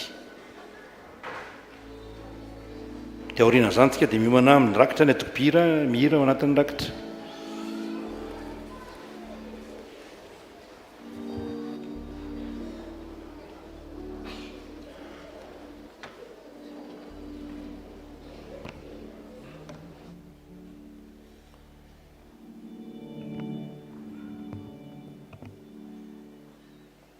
Enary manona ny fiantanany tompo indray ho antsika mpianakavy finoana amin'ity alahady faefatra ny volana novambra ty efa madiva hifarana sady indray ty ny volana novambra alahady ray sisa dia ho tapitra indray zany mandeha dia mandeha ny fotoana kanefa na izany aza dia eo mandrakariva ny fahasoavan'Andriamanitra zay omeny antsika dia nafinahitra moa fifampiarabana teo nazahoana fianarana kanefa azahoana ihany koa mba hoe isika mpianakavy ny finoana atao amin'ny fiangonana mba mifankalala farafakeliny ny amin'izay hoe olona eo akaikinao zany resaka lajy zany raha miova ny olona eo akaikinao dia mba farafakeliny ianao mba mahafantatra hoe mba nafantatra ny ranona indray androany fa tsy arakaraka izay ahitanao anazy eo na afantaranao anazy hoe izy ny teo akaikinao ilesole na raha volombava e tsy fantatro fa mba fantatrao ny anarany hoe ranona ka iny fa tsy arak'izay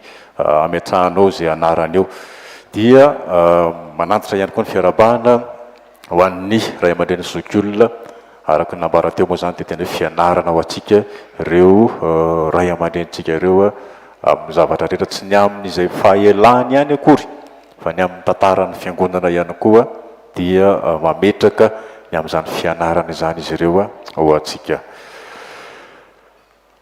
fivorin'ny mparay fanasan'ny tompo sy nadaparitany Antananarivo andrefana tanterahana amin'ny sabotsy ho avy zao eny amin'ny FJKM Ambohimena Fahasoavana ny fihaonamben'ny mparay fanasan'ny tompo eto amin'ny nadaparitany Antananarivo andrefana izy fampianarana moa tanterahana ao anatin'izany mitondra ny loha hevitra hoe mpandray ny fanasan'ny tompo volona sy vanona fandraisan-tanana ny mpitandrina tanterahana amin'ny sabotsy ho avy zao ihany koa amin'ny sivora sasany maraina eny amin'ny FJKM Ambody ala Peniela fahazavana ny fandraisan-tanana ny mpitandrina Raoly Armbanga Haja Solorette mianakavy izy io moa dia zanaky ny fiangonana eto amintsika ary izay no nandefasana fanesana ny ho amin'izany fandraisan-tanana azy ary efa nanao fizarana asa teto izy kanefa ihany koa araka izay nambarako dia zanaky ny fiangonana ihany koa izany ray aman-dreny mpitandrina izany ny sekolelady dia mampatsiaho atsika mpandray anjara ao anatin'ny fianarana ny azo noely indrindra koa isika ray aman-dreny moa zany ndraindray ny ankizy reny zanatsika reny mety tsy mahatsiaro an'izany fa isika ray aman-dreny mampatsiahy azy ny mitondra azy mankety isaky ny amin'ny ray ora sasany zany ny fianarana ny azo noely ny sampanela kristianina dia alahady faefatra an'io misy ilay fampianarana zay anasan'ny fiangonana tsy hoe zareo mpikambana irery ihany akory no afaka manatrika ny fampianarana rehefa ny alahady faefatra fa ny fiangonana manontolo dia afaka manatrika an'izany fampianarana izany ny raha hariva zany zao fampianarana hoentina amin'ny roora sasany dia hoe ny fahalalana fototra momba ny fananantany izay tena mety ilaitsika zany amin'izao toetrandro sy vanim-potoana iainantsika zao ny amin'izay hoe taninao misoratra aminao nefa vetivety eo dia misy tompony kay le izy dia tahaka an'izany zany ny fianarana hoentina raha hariva maraka ny loha hevitra nambarako teo hoe ny fahalalana fototra momba ny fananantany zanaky ny fiangonana eto amintsika ihany no mampianatra azy Rakotondratsimba manampiasina zay géomètre expert zany no tondra ny fampianarana ho amin'izany raha hariva ao anatin'ny fivorin'ny sampanela kristianina izay anasanatsika fiangonana hoy aho arak'izay nambarako teo ny amin'ny heriny anio ny alahady izay tonranam-bavaka ny fikambanan'ny mpampianatra sy mpanabe amin'ny heriny anio dia mety nambavaka mba ho tonga zany alahady zany arak'izay efa nambarako zay fa ny hariva zany isy fampianarana zay hoentindray aman-dreny mpitandrina zany ao anatin'izay fankalazana an'izany alahady ny mpampianatra sy mpanabe izay misy école des parents zany ho tanterahana manomboka amin'ny roa ora sasany izy io moa zany dia tena hoe fiatrehana ny fomba fitezana ny zanatsika amin'izao andro ankehitriny izay iainantsika zao ny zavatra misy mantsy dia zao hoe ny fitezana ny zanatsika zany dia tezain'ny tontolo eny ivelany eny tsy isika ao anatin'ny tsony no mitaizany zanatsika ireo tsy tsika ray aman-dreny tsony fa ny eny ivelany izy izay hitany manodidina azy ka dia zay ny hoentindray aman-dreny mpitandrina hoe ahoana ny fomba hitezana ireo zanatsika ireo indray zany raha hoe isika ray aman-dreny no tena mitaiza azy ary zay le mahatonga anazy hoe école des parents zany zay ho atsika ray aman-dreny mba hamerenana indray hoe inona marina no zavatra tokony ataotsika mba hitezana ireo zanatsika ireo amin'izao vanim-potoana iainantsika ankehitriny izao ny sampana dorcas moa no miaraka amin'ny fikambanan'ny mpampianatra sy mpanabe ka dia izy fanetanana zany tahaka an'le hoe animation zany ho ataon'ny sampana dorcas ny ao anatin'io fampianarana io dia manasantsika fiangonana ihany koa zany anatrika an'izany fotoana izany amin'ny alahady heriny anio manomboka amin'ny 2 ora sasany. Reto ny fandaram-potoana vitsivitsy zay efa tanterina amintsika hatrany teto amin'ny fiangonana moa kanefa ampatsahivana mandrakarivo zany. Eo ny herinandron'ny mpandray fanasan'ny tompo zay ho tanterahana amin'ny voalohan'ny volana desambra ka hatramin'ny 9 ny volana desambra izany herinandro ny mpandray fanasan'ny tompo izany. Eo moa fampianaram-ponona, eo ihany koa ny reformation dia ireo ny navondrona ka ho tanterahana ao anatin'io herinandro io. Reto zany zao no fandaram-potoana sy ny fampianarana zay ho tanterahana ho atsika ao anatin'izay herinandro zay. Ny voalohan'ny volana desambra zany dia isy ny fampianarana ny amin'ny hoe kristianina madio fo sy miorina tsara sy ny fampiarana izany eo amin'ny fiarahamoniny ny fiangonana sy ny firenena. Ny mpitandrina Razafinarivo Fils Saint Maxime zay mpitandrina efa nisotro ronono tao amin'ny FJKM Ambatonakanga no hitondra ny fampianarana ho amin'izany. Ny faharoa ny volana desambra dia ny loha hevitra hoe mbola ahitsika ve ny manavaka ny maloto sy ny madio ny mibebaka ao anatin'izao fiarahamonina mila fahafahana tsy voafetra izao. Dia ny ray aman-dreny mpitandrina Rakotondrazanany Andritinina izay mpitandrina ao amin'ny FJKM Mambody Fiakarana no anazava izay ny loha hevitra izany. Ny 7 volana desambra dia ny loha hevitra hoe fotom-pisainana tena réformé entina manavao ny fomba fiasa sy ny fiarahamonina. Dia ny mpitandrina itantoerana moa zany ny mpitandrina Remsata Roger no anazava izany loha hevitra izany. Ny 4 ny volana desambra dia inona moa no ilaina mpitandrina ao anatin'ny fiangonana protestanta toa atsika izao. Dia ny mpitandrina Rafano Erantsoa Valsolilia izay mpitandrina amin'ny FJKM Soamanandrary ny Fankatia no ampianatra antsika an'izany hoe loha hevitra nambarako teo izay. Ny 5 volana desambra ny loha hevitra hoe inona ary zao no mahampandray fanasan'ny tompo anao dia ny mpitandrina Rary John Solofonirina izay mpitandrina efa nisotro ronono tao amin'ny FJKM Paripefamojena no hitondra an'izany fampianarana izany. Manomboka amin'ny 9 ora hariva daholo ny fotoana ary ny faritra moa araka ny fanambara tamintsika no anao ny fanentanana rehetra ao anatin'izany fotoana isakariva mandritra an'izay herinandro izay.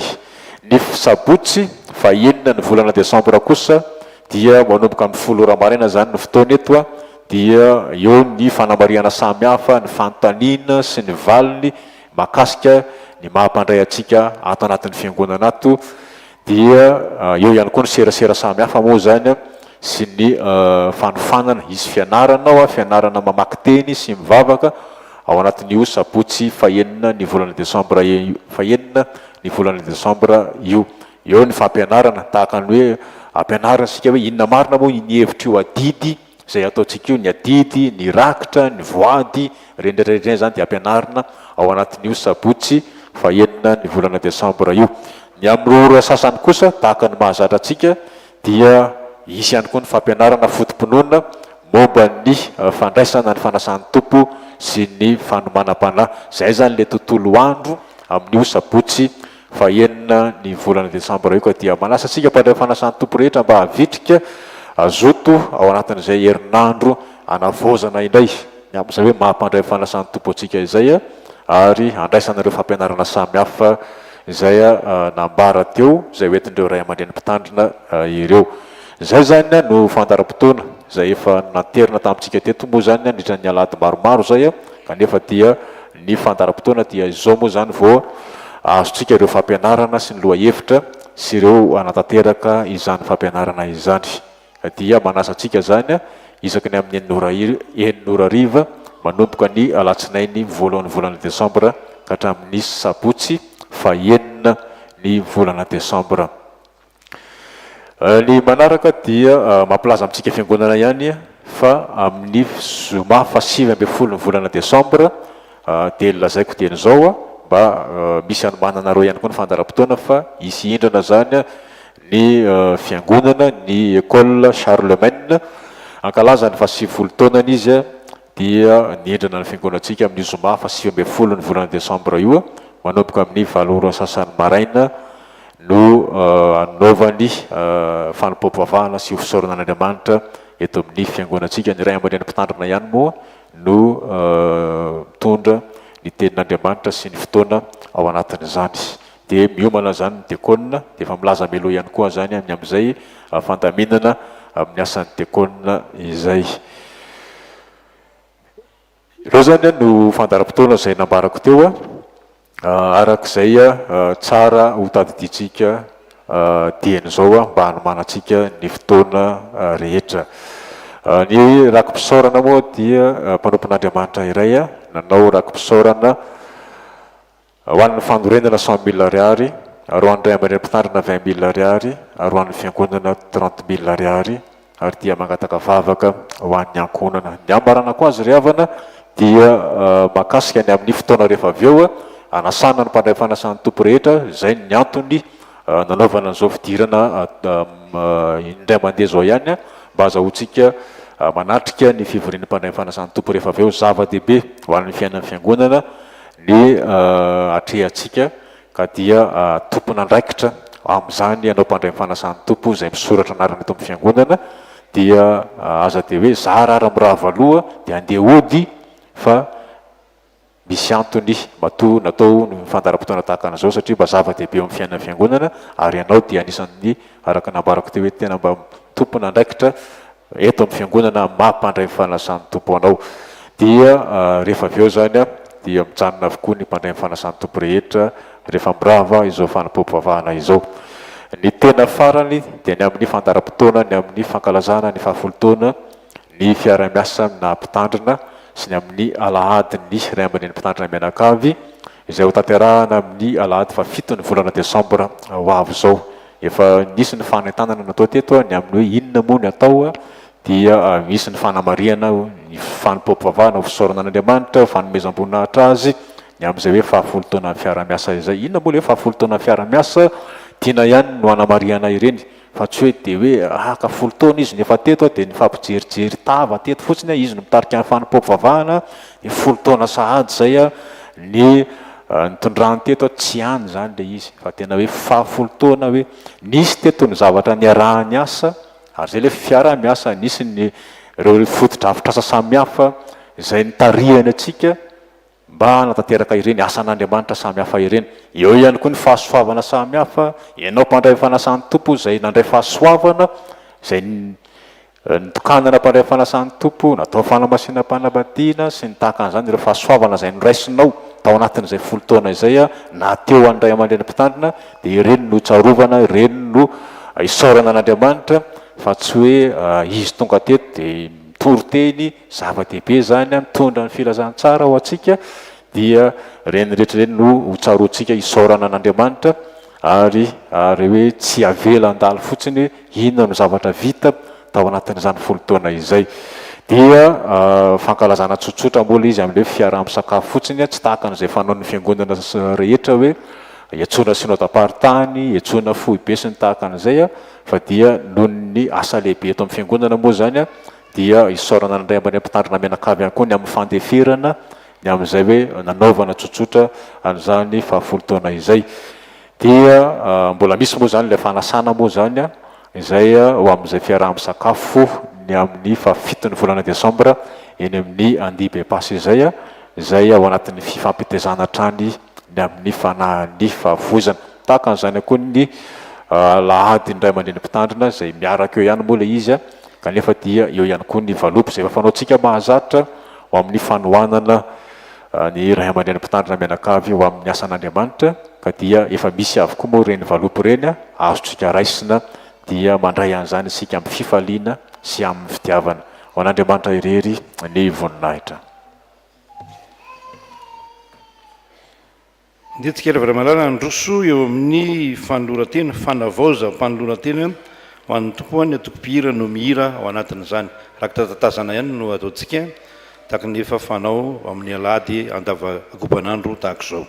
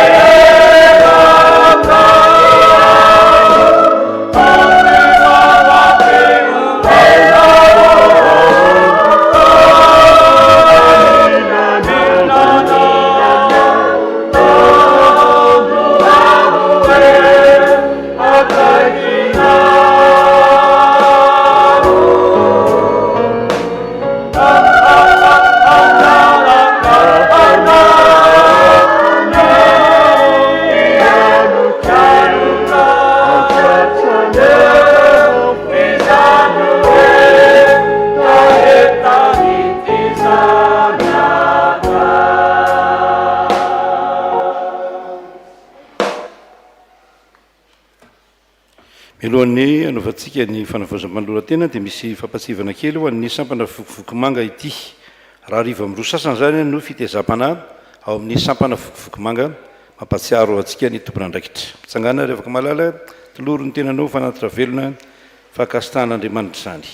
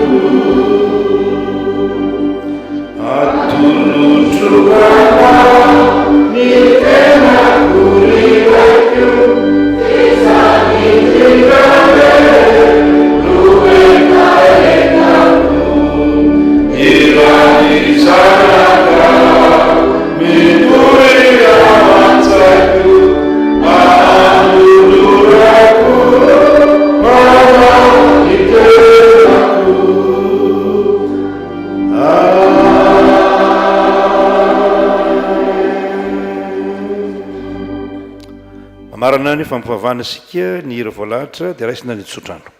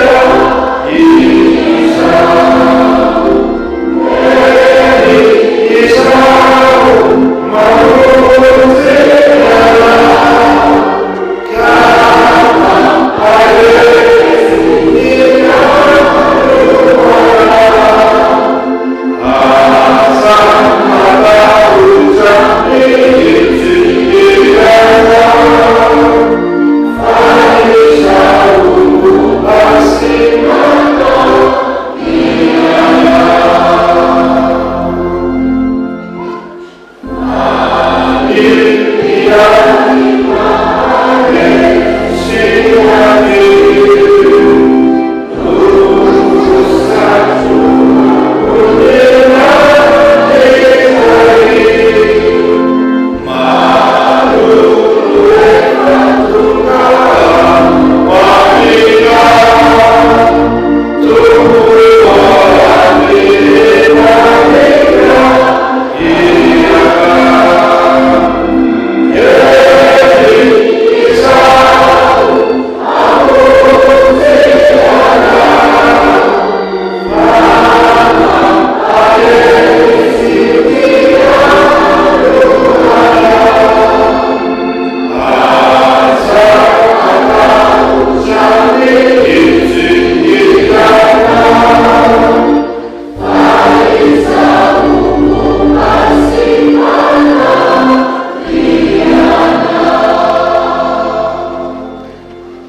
so amin'ny finoana fa ho tanterahany tompo aminao zao tsotrano zao mitay anao ny Jehova ka miaro anao mampamirapiratra ny taviny aminao ny Jehova ka mamindra fo aminao manandratra ny taviny aminao Jehova ka manome anao fiadanana mandehana amin'ny fifalian'ny tomponao amen mahazo toerana tompoko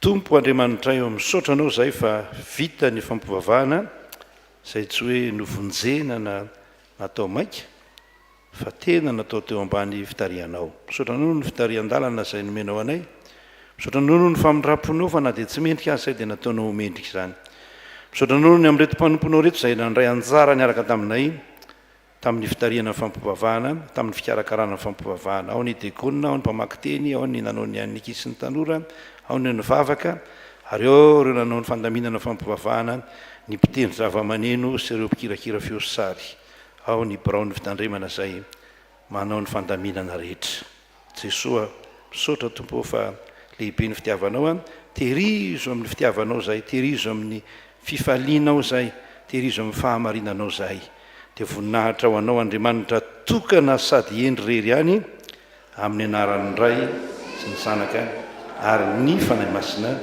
amen dia mirahatra soa antsika ravana malala azo toerantsika ravana fa tsika moa zany efa eo mpitoerana ihany dia ny satria didika moa zany no miantso ny fivorian'ny mpandray dia miantso ny fivorian'ny mpandray fanasan'ny tompo efa natsoina imbetsaka teto amin'ny fiangonana zany ianao zay mpandray fanasan'ny tompo voasoratra anarana eto amin'ny fiangonana dia hijanona ianao tsy lava loatra akory le fotoana satria raha ny nataony ampevitra raha omaly tsy lava loatra le izy tsy lava le izy akory tsy ho takany tamin'ny herintaona akory fa ho fohifohy ihany le fotoana fa misy fandaminana samy hafa fotsiny tsara ho fantatrao amin'ny mpandray fanasan'ny tomponao eto amin'ny fiangonana dia tsy tompotrano miona ianao amin'izay fandaminan'ny fiangonana dia meteza hanaraka tsara an'ireny fa tsy tantarain'ny olona any ambadika any no enona hoe misy an'izao fa manaraka tsara ny zavatra atao eto amin'ny fiangonana ianao satria ataonay ao anatin'ny mangarahara daholo ny zavatra rehetra zay atao eto amin'ny fiangonana fa tsy misy zavatra ny ambadika akory na kinafinafina dia mirary soa tompoko ndeo tsika rehetra zany mijanontsika manatanteraka ny fivorian'ny mpandray fanasan'ny tompo ny famaranana ny dekona moa zany anareo dekona efa vitaiko teo iny dia efa ny ambadika any nareo manala akanjo ny mpihevitra raha rehetra dia mipetraka eo amin'ity côté ilany ato ty ty côté ilany ato ty ato amin'ny misy ny namavatsika ato ny ilany rehetra iny zany mpihevitra raha daholo ny amin'iny raha ohatra ka mbola tafidina trary ambany ary dia mpihevitra raha daholo mipetraka amin'iny iny ilany iny zany fa ny mpandray fanasan'ny tompo moa zany dia manomboka eto amin'ity andro ty aza metsika eo nareo ray aman-dreny avy dia eo ihany ianareo dia mandroso miditra makany arinantsika raha mpandray fanasan'ny tompo voasoratra anarana eto anao dia aza mandehandeha mitsotsoka fa manjary tsy fantatrao ny fiainan'ny fiangonana